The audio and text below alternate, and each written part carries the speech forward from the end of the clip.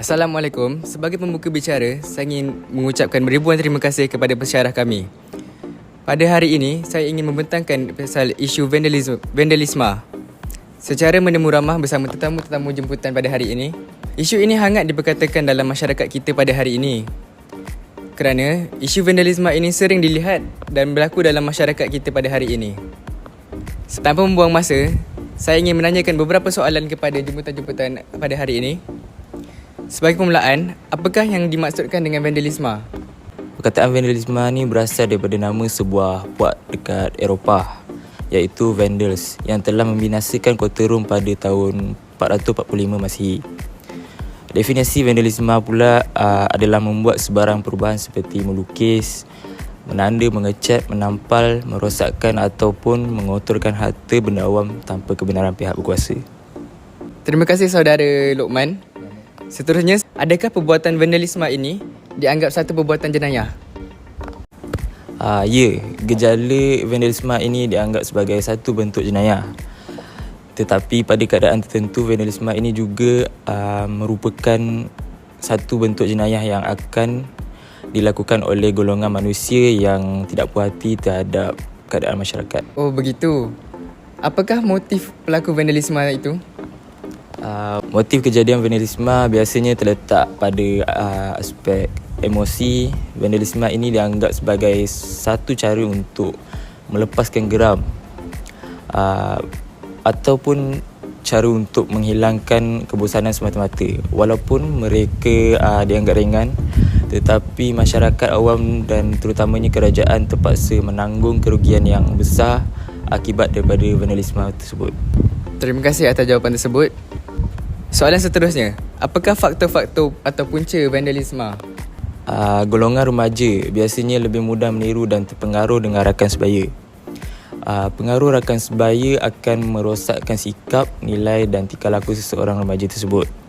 Terutamanya remaja yang tercicir dan menghadapi masalah dalam institusi keluarga mereka. Biasanya golongan remaja yang melakukan vandalisme ini merupakan remaja dalam satu kumpulan. Mereka tidak mempunyai tujuan dan apabila berjumpa, timbullah pelbagai idea termasuklah menconteng harta benda awam dan merosakkannya. Terima kasih saudara Lokman. Bagi Bella pula, Bella rasa macam mana? Pendapat saya, ibu bapa juga adalah pendorong kepada sikap vandalism di kalangan remaja. Contohnya, ibu bapa membuang sampah melalui tingkap kereta sewaktu memandu dan langsung tidak menghiraukan pengguna jalan raya yang lain. Kalau share pula macam mana? Pada pendapat saya pula, media massa juga adalah faktor utama, iaitu mempunyai pengaruh dan kesan yang amat kuat dan sukar untuk dielakkan. Paparan adegan-adegan negatif dan filem-filem atau rancangan dari barat yang mempunyai unsur-unsur pelakuan ke arah vandalism boleh mempengaruhi remaja untuk melakukan aktiviti vandalisme ni. Golongan remaja pula lazimnya mudah mengikut hal yang dilihat di sekeliling termasuk media massa, apatah lagi tanpa bimbingan dan tunjuk ajar. Setuju tak dengan pendapat yang kami beri ni? Setuju dengan pendapat Luqman, Bella dengan Share. Akan tapi tekanan yang dihadapi dalam hidup adalah salah satu punca terjadinya vandalism. Contohnya, kebanyakan individu berhadapan dengan pelbagai cabaran, termasuklah golongan pelajar. Ramai pelajar kini berasa amat tertekan dengan harapan diri sendiri, ibu bapa dan pihak sekolah untuk memperoleh kejayaan cemerlang dalam bidang akademik. Bagi pelajar yang lemah, ini merupakan tekanan yang amat berat yang perlu ditangani. Ketidakupayaan menghadapi tekanan sedemikian memungkinkan mereka mengalih pandangan kepada kegiatan yang negatif.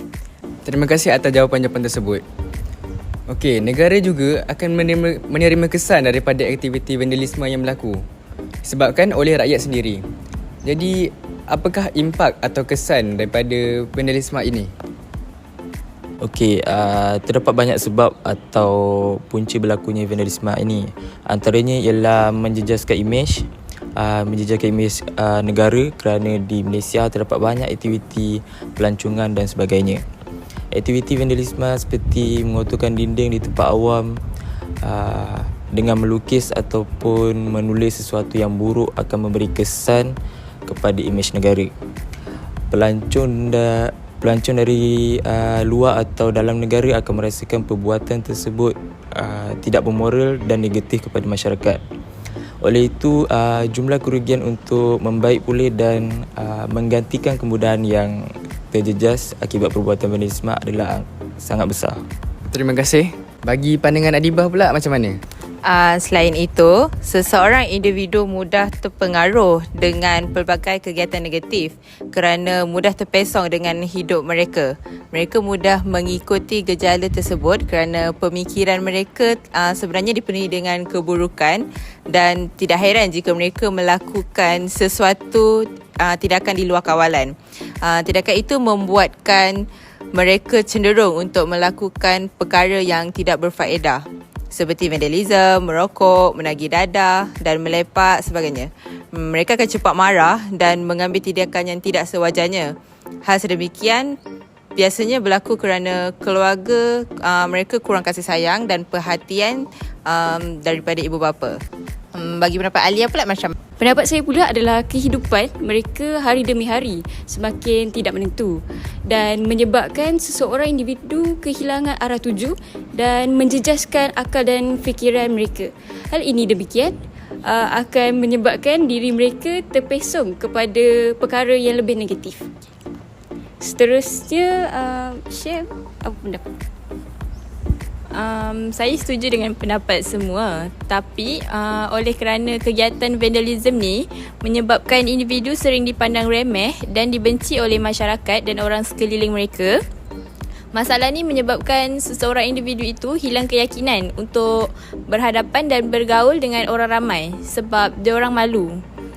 Seseorang individu yang melakukan vandalisme ni, dia boleh menjejaskan hubungan dengan keluarga dan hubungan bersama masyarakat kerana mereka sering dipandang hina atas perbuatan yang tidak baik tu. Terima kasih saudari Syah dan juga saudari Alia. Saya sokong dengan kata-kata awak semua. Jika setiap masalah pasti ada jalan penyelesaiannya. Jadi, apakah langkah-langkah untuk mengatasi gejala vandalisme dan juga cara mencegahnya? Saudari Adibah? Pada pendapat saya, kerajaan perlulah menyediakan ruang khas untuk mereka yang berkarya atau melakukan aktiviti-aktiviti yang bermanfaat. Ini kerana kebanyakan pelaku vandalisme melakukan aktiviti yang negatif pada waktu lapang mereka. Okay, ya betul tu. Seperti pihak kerajaan boleh menyediakan beberapa gelanggang sukan yang percuma dan disediakan peralatan yang mencukupi. Memandangkan kebanyakan mereka ini daripada golongan yang tidak berkemampuan, ini pastinya dapat memberikan akses yang mudah kepada masyarakat untuk mengisi masa lapang dengan aktiviti yang berfaedah. Bagaimana pula dengan saudari Bella?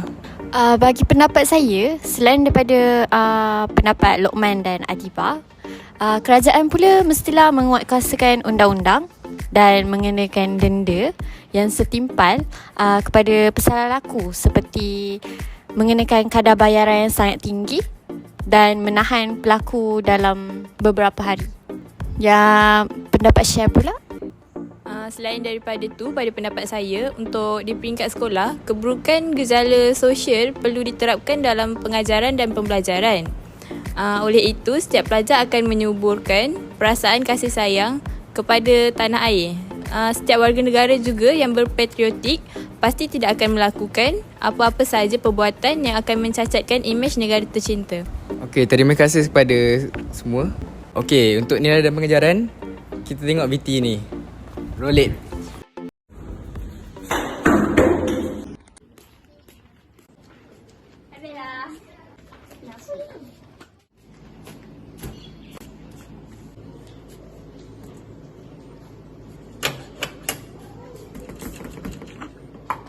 Sebagai kesimpulannya, kita perlu menghormati dan menghargai kemudahan yang telah diberikan seperti mesin air, bilik air dan sebagainya. Hal ini kerana kemudahan yang disediakan adalah kegunaan umum. Apabila berlaku kerosakan daripada perbuatan vandalisme, ini mengakibatkan orang ramai tidak dapat menggunakan kemudahan tersebut lagi.